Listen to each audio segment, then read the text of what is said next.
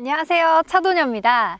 제가 아반떼 출시 당시에 그 출시 행사장에서 리뷰를 한번 했었고요. 거의 디자인 리뷰 위주로 했죠. 그리고 그 다음번에 저희 친오빠랑 같이 또 한번 리뷰를 했어요. 오늘로 아반떼를 세 번째 리뷰를 하게 되는데, 오늘은 특별히 가솔린이 아니라 하이브리드 차량을 가지고 왔습니다.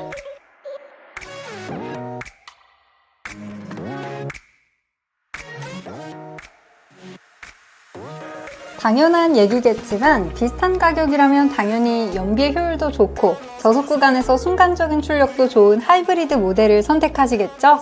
근데 문제는 하이브리드 모델이 조금 비쌉니다. 심지어 아반떼는 준준형 모델인데도 불구하고 트림별로 많게는 400만원 정도 차이가 나는데요. 그래서 오늘 저 차도녀가 과연 그 정도 돈을 주고 하이브리드를 살 필요가 있는지, 아니면 그냥 저렴한 가솔린 모델을 타야 될지, 추석 연휴 동안 제가 실컷 타보면서 또 강화도 여행을 다녀오면서 느낀 점 꼼꼼하게 전해드리도록 하겠습니다. 아반떼를 벌써 세 번째 받았는데, 이번에 느낀 건 얼마 전에 투싼을 보고 와서 그런가? 제가 투싼도 SUV치고는 아반떼처럼 좀 낮고 옆으로 퍼진 느낌이라고 말씀드렸는데 정말 비교가 안 되네요. 아반떼는 차체가 너무너무 낮게 되어 있어요. 실제로 차를 타고 내릴 때도 살짝 불편할 정도로 시트도 낮게 깔려 있습니다. 물론 시트가 낮게 깔리고 차체도 도로에 딱 붙어가는 느낌을 좋아하시는 분들은 상당히 마음에 들어할 것 같아요. 그리고 다시 봐도 저 비상등이랑 턴 시그널 부분이 좀 아쉽네요. 강렬한 헤드램프, 리어램프에 비해서 조금 초라하죠? LED가 아니라 벌브 형태로 들어오는 것도 좀 그렇지만 그 크기 자체가 너무 작고 볼품없이 들어가서 개인적으로는 좀 별론데요. 현대차는 그랜저도 그렇고 이원 투싼도 그렇고 헤드램프나 리어램프의 과감한 변화에 비해 턴 시그널이나 비상등을 좀 신경 안 쓰는 듯한 느낌입니다. 아반떼 가솔린이랑 하이브리드랑 가장 큰 차이가 어떻게 보면 서스펜션으로 볼 수 있잖아요. 가솔린은 토션빔이 들어가고 하이브리드는 멀티링크가 들어갑니다. 근데 토션빔이 가지고 있는 단점이 분명히 있죠. 그리고 급을 뛰어넘을 수 없다라는 말도 있는데, 하이브리드의 멀티링크로 바뀌었다고 해서 승차감이 더 좋아진 거는 솔직히 못 느끼겠어요. 이게 하이브리드가 전기 배터리가 뒤쪽까지 무겁게 또 들어가다 보니까 그것 때문에 오는 승차감을 조금 해결하기 위해서 멀티링크로 바꾼 거겠죠. 결론적으로 하이브리드로 바뀌면서 멀티링크 때문에 승차감이 좋아지지 않았을까 하고 조금 더 값을 주고 하이브리드를 선택하신 분들은 좀 실망하지 않을까 하는 생각입니다.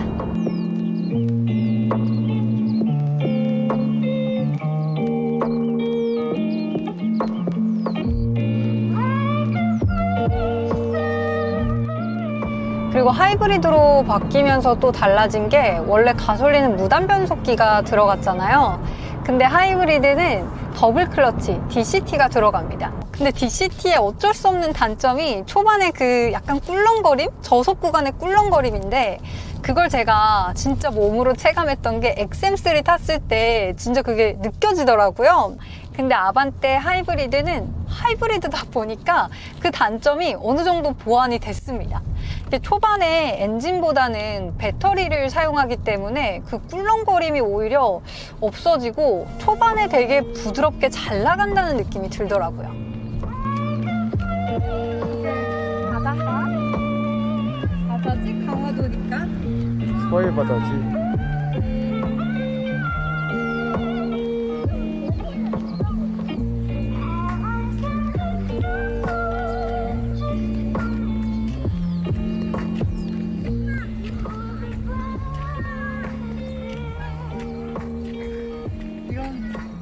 드라마가 있었어? 나 왕초 사랑한다로 봤어.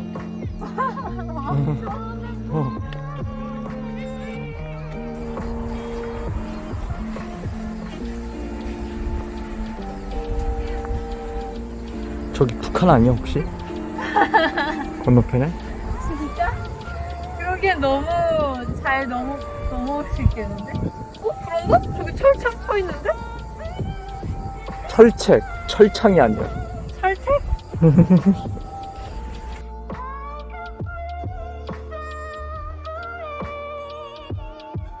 그리고 하이브리드 차량의 약간의 재미라고 해야 되나? 저는 이 에너지 흐름도를 보는 게 좀 재밌더라고요. 운전하면서 지금 엔진을 쓰고 있는지 배터리를 쓰고 있는지 이게 표시가 다 되잖아요. 근데 그래픽이 조금 아쉬운 것 같아요. 약간 멋이 없다고 해야 되나? 요즘에 BMW랑 푸조를 탔을 때 이 그래픽이 되게 멋있더라고요. 근데 현대가 또 공간이나 아니면 이런 편의 사양을 되게 잘 만들잖아요. 그래서 그래픽에 조금만 더 신경을 쓰면 좀 더 멋있게 잘 만들 수 있을 것 같은데 이게 좀 개선됐으면 좋겠네요.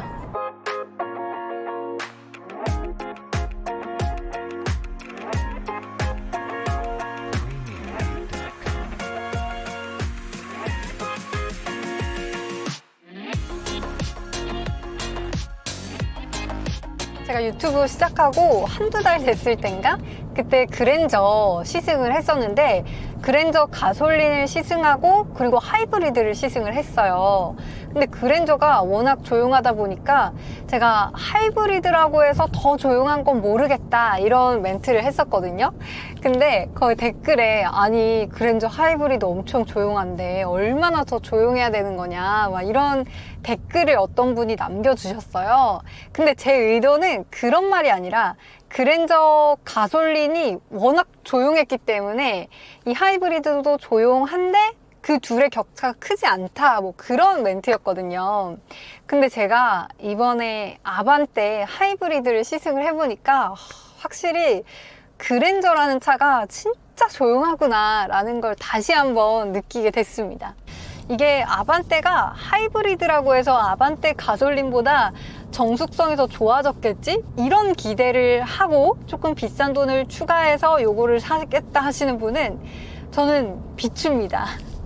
하이브리드라고 해서 정숙성이 더 좋아진 건 못 느끼겠어요. 체감상 못 느끼겠고 풍절음이나 이런 부분? 약간 소음적인 부분도 아직은 조금 더 잡혀줘야겠다라는 아쉬움이 들어요.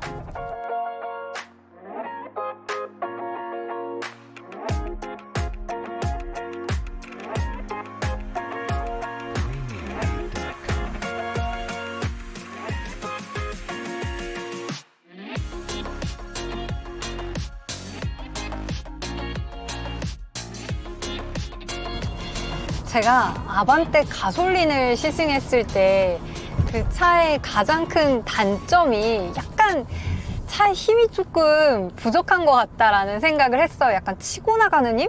그래서 차선을 바꿀 때라든지 그럴 때 조금 아쉽다라고 느꼈거든요.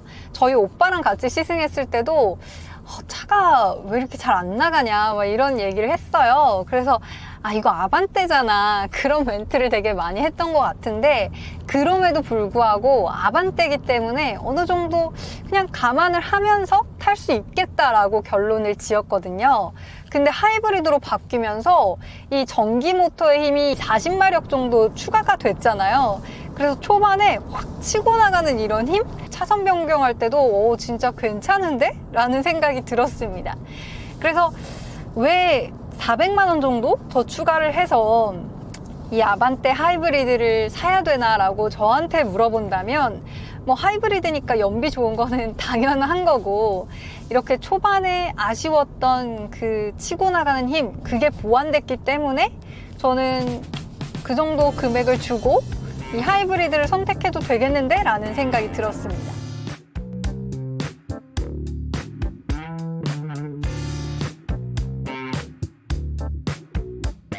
이곳에 오시면 마스크를 벗고 즐길 수 있습니다. 해바라기는 상태가 안 좋지만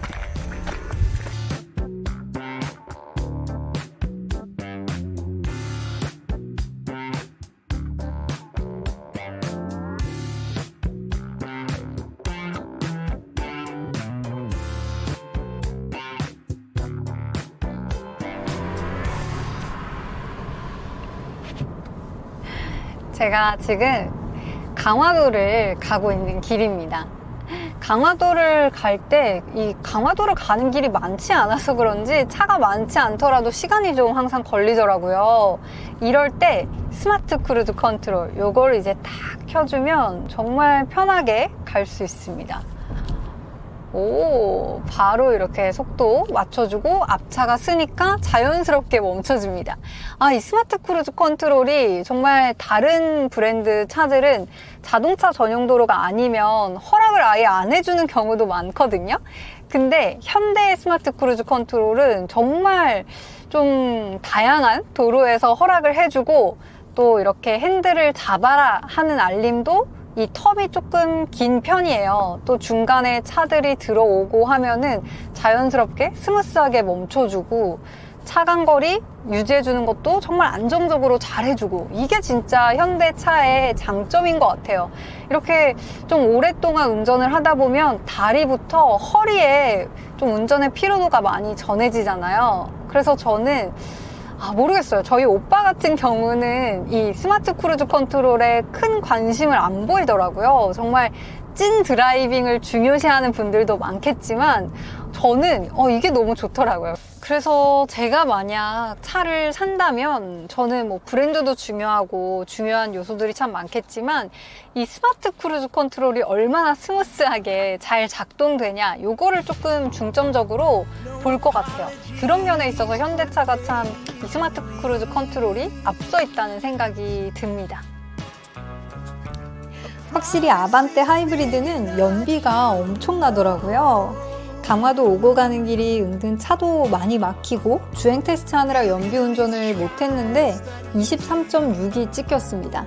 아반떼 가솔린 모델도 별 신경 안 쓰고 탔는데 15 전후로 나와서 준준형 치고도 괜찮다고 느꼈거든요. 하이브리드는 정말 이 정도면 출퇴근용으로 타시는 분들도 거의 열흘에 한 번? 잘하면 보름에 한 번 정도 주유하셔도 될 것 같아요.